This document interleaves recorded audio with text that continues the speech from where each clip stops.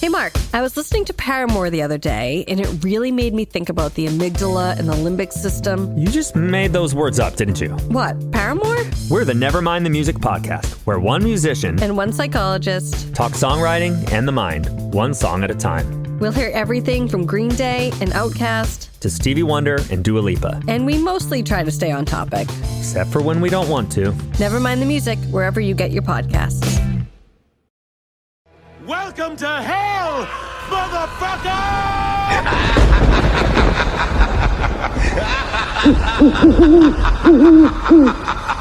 Welcome to the Pic-a-Flic Scary Series, where the Western Wonder will be uncovering a series of reviews for several horror movies that are sure to keep you in the Halloween spirit.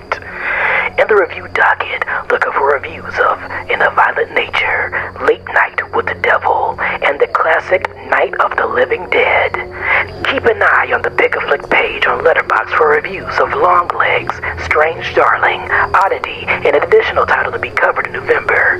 All that and more coming your way on the Pic-a-Flic Podcast. Now back to you, Mr. Western Wonder. Thanks again to the voiceover guy who, for some reason, still kind of sounds like me. Greetings, movie flicker pickers and podcast listeners, and welcome to the Pic-a-Flic Podcast, a series where I, your host with the most, the Western Wonder, covers a variety of different movies and shows.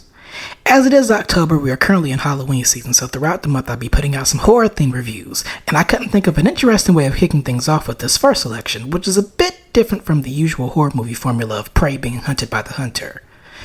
Well, at least this time it is. Today's selection is called In a Violent Nature, an indie film imported from Canada. And now I've heard rumblings about this movie earlier after its premiere at the Sundance Film Festival this year, and even more rumblings after it came out back in May, so I'm finally glad to actually give it a watch this month. Will the hype hold up for yours truly? Find out in just a bit. Now without further ado, let me get quickly into the plot before breaking down my thoughts without too many spoilers for listeners interested in checking out the film. The plot of the movie can be described as a lot going on, but in a slow burn kind of way. The story follows a deranged serial killer named Johnny, and you follow his perspective of how he scopes out his kills. So instead of hearing the main characters or victims fill up the scope of the movie with their dialogue and screams, you get a calming walk in the woods study going on, until he makes his next murder plot, that is.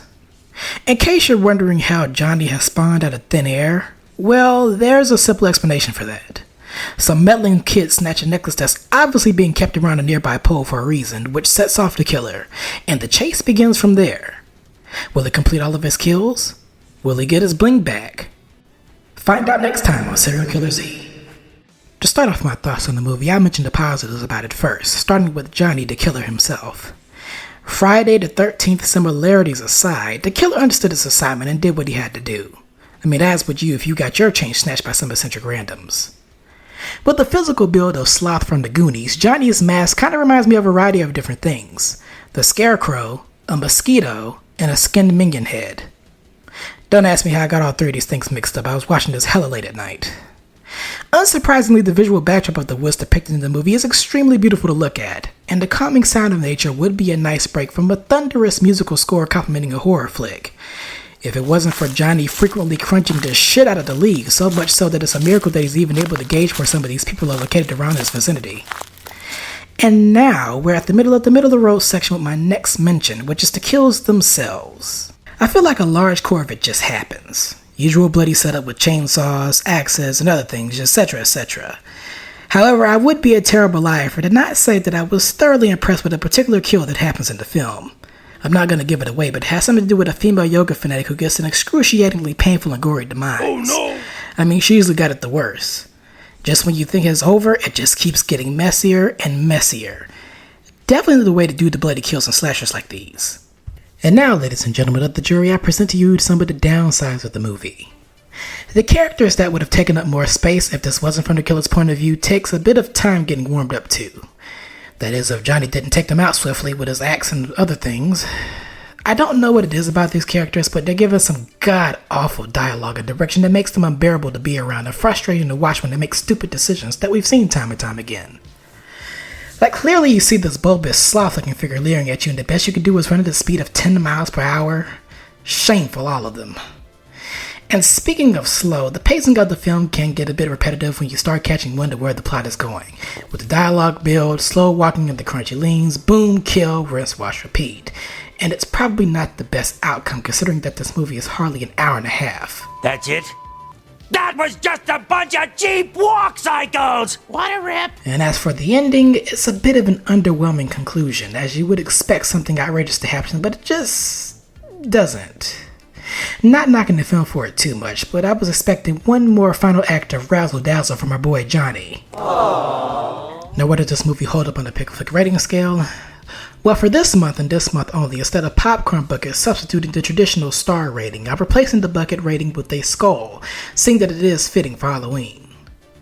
Anyways, I would give In a Violent Nature a lightweight 3 out of 5 skulls, though it was edging on a 2.5 rating. As I mentioned, seeing a slasher in the killer's perspective is always an interesting feat, and there's a particularly impressive kill in here.